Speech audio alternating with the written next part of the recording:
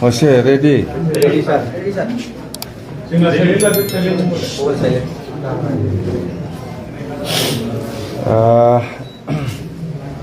আমাৰ যিটো 2026 চনৰ এপ্ৰিল মাহত বিহুৰ আগত নিৰ্বাচন হ'ব। এইটো চবে জানে। এতিয়া অসমত যিমান পলিটিকেল পাৰ্টি আছে চবে নিজাববীয়াকৈ চিন্তা কৰি পেলাই কেণ্ডিডেট ডিক্লেয়াৰ দিলে। UPPও দিছে, BJPও দিছে, কংগ্ৰেছো দিছে, AGPও দিছে। মুঠতে যিমান পলিটিকেল পাৰ্টি আছে চবে নিজাববীয়াকৈ কেণ্ডিডেট দিছে। আমি হ'ল BPF এতিয়া NDAত আছে। NDAত যেহেতু আছে আমাৰ BPF ফালৰ পৰাও কিছু আমি চিট পাবলৈ সক্ষম হৈছে। যেনেবা আপোনালোকে শুনিছে আমি 15টা ভিতৰত বেছি আজি যিখিনি আমি পাইছে ইয়াতকৈ বেছি আমি বিচাৰিছিলোঁ। যেনক আমি 11টা পাবলৈ সক্ষম হৈছে। তো আমি ধন্যবাদ দিছোঁ NDA হিচাপে নেতৃত্ব দিয়া আমাৰ BJP দললৈ আমি ধন্যবাদ দিছোঁ। আমাক যে BTC অঞ্চলত 11টা চিট এৰি দিছে তাৰ কাৰণে মই অসমৰ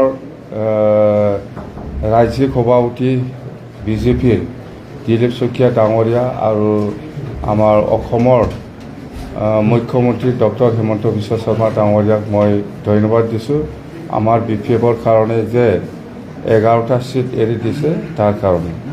যেনক এতিয়া আৰু আমাৰ 11টা চিটত আমি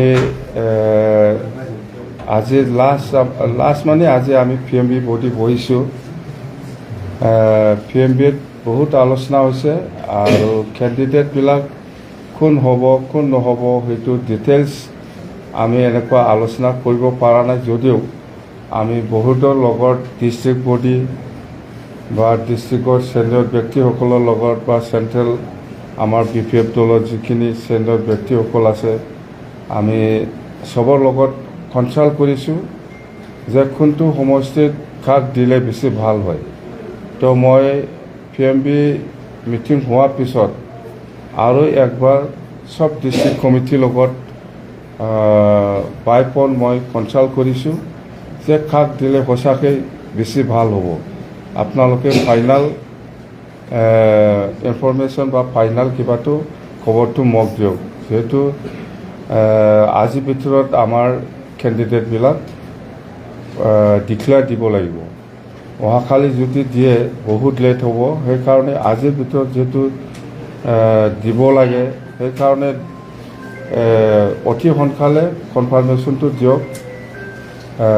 ওদালগুৰি হওক বা ভেৰগাঁও হওক বা আমাৰ বাক্সা বা আমাৰ গোসাইগাঁও বা কোকৰাঝাৰ বা যিমান যিখিনি ডিষ্ট্ৰিক্ট আছে সকলোৰ লগত মই কনচাল্ট কৰিছোঁ। কনচাল্ট কৰি পেলাই মই আননিমাছ এটা ডিচিশ্যনত আহিল। আননিমাছ হিচাপে ডিচিশ্যনত আহিল যে আমাৰ 11টা চিটত কাক আমি কেণ্ডিডেট দিয়াটো ভাল হ'ব। তো সঁচাকৈ আমি যিমান পাৰে এডজাষ্ট কৰিব বিচাৰিছিল কিন্তু কিছুমান কেণ্ডিডেটক আমি যদিও চিন্তা কৰিছে আগৰ পৰাই এইটো আমি পৰা নাই। এইটো আফটাৰ অল আমাৰ ডিষ্ট্ৰিক্ট কনচাৰ্ণ আমি কিছু কমেণ্টটো ল'ব লগা হৈছে। তো যেনক মই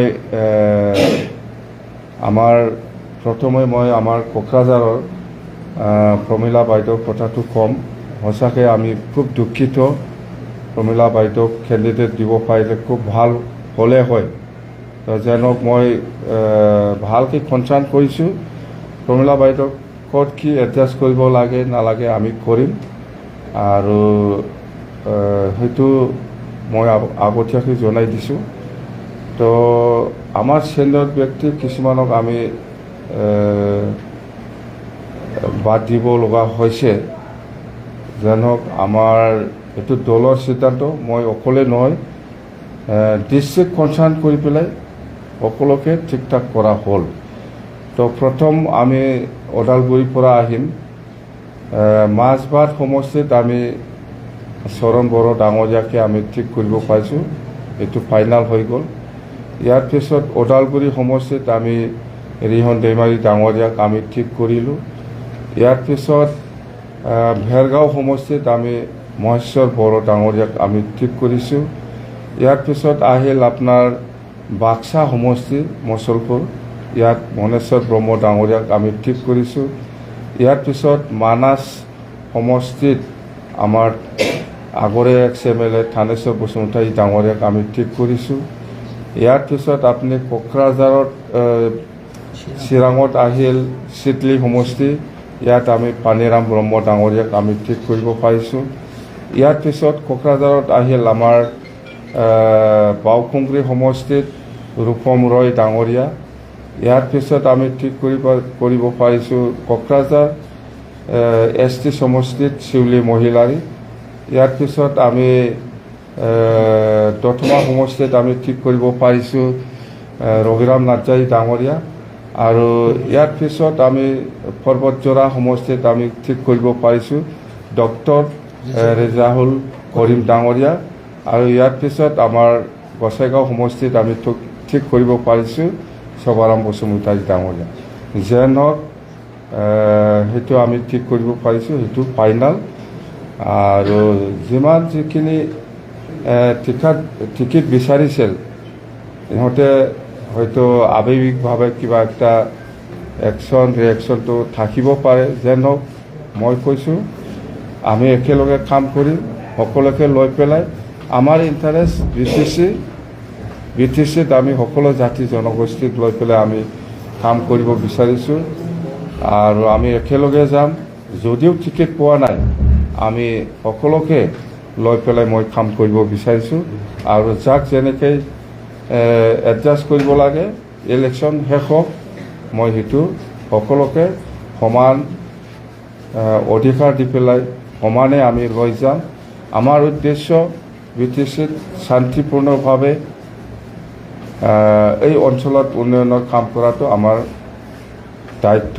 আমাৰ BPF দলে এই হিচাপে কাম কৰিব, সকলো জাতি জনগোষ্ঠীক আমি সমানে সন্মান দি পেলাই আমি কাম কৰি যাম, কথা সেইটোৱে।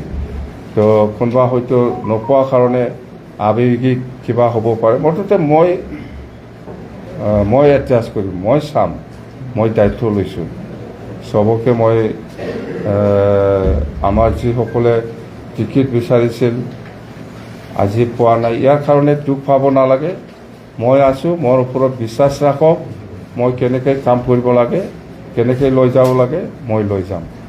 মুঠতে আৱেগিক কিবা একটাতো থাকিব, ময়ো জানো, কিন্তু এক্সট্ৰিম পৰ্যায়লৈকে যাতে আমাৰ যিসকলে টিকেট নাপায় মানে পোৱা নাই, সিহঁতে যাতে নিজকে যাতে অলপ কণ্ট্ৰল কৰি পেলাই থাকে, তাৰ কাৰণে মই অনুৰোধ কৰিছোঁ। সেইখিনি কথা। Thank you.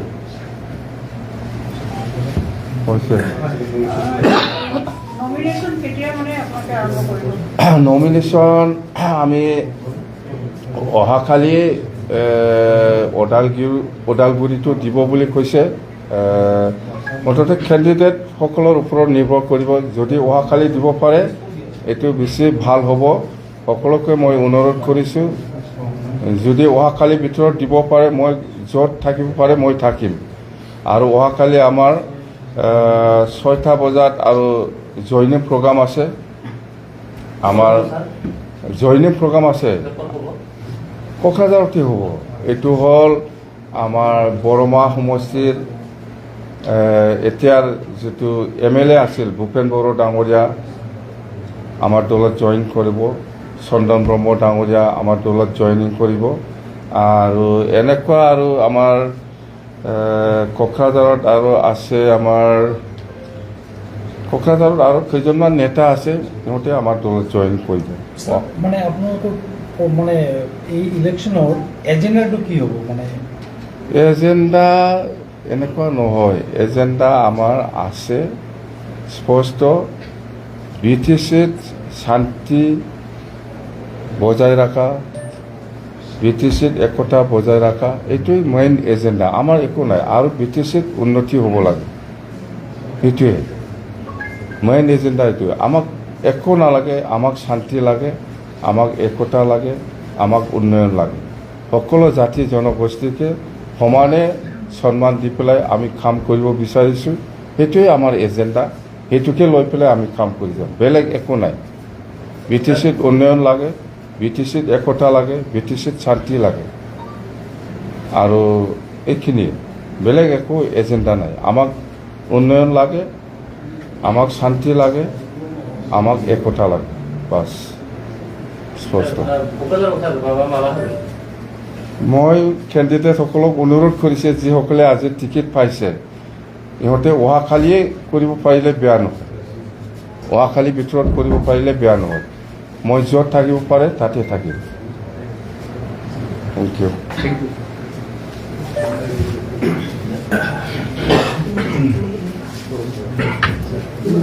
হৈছে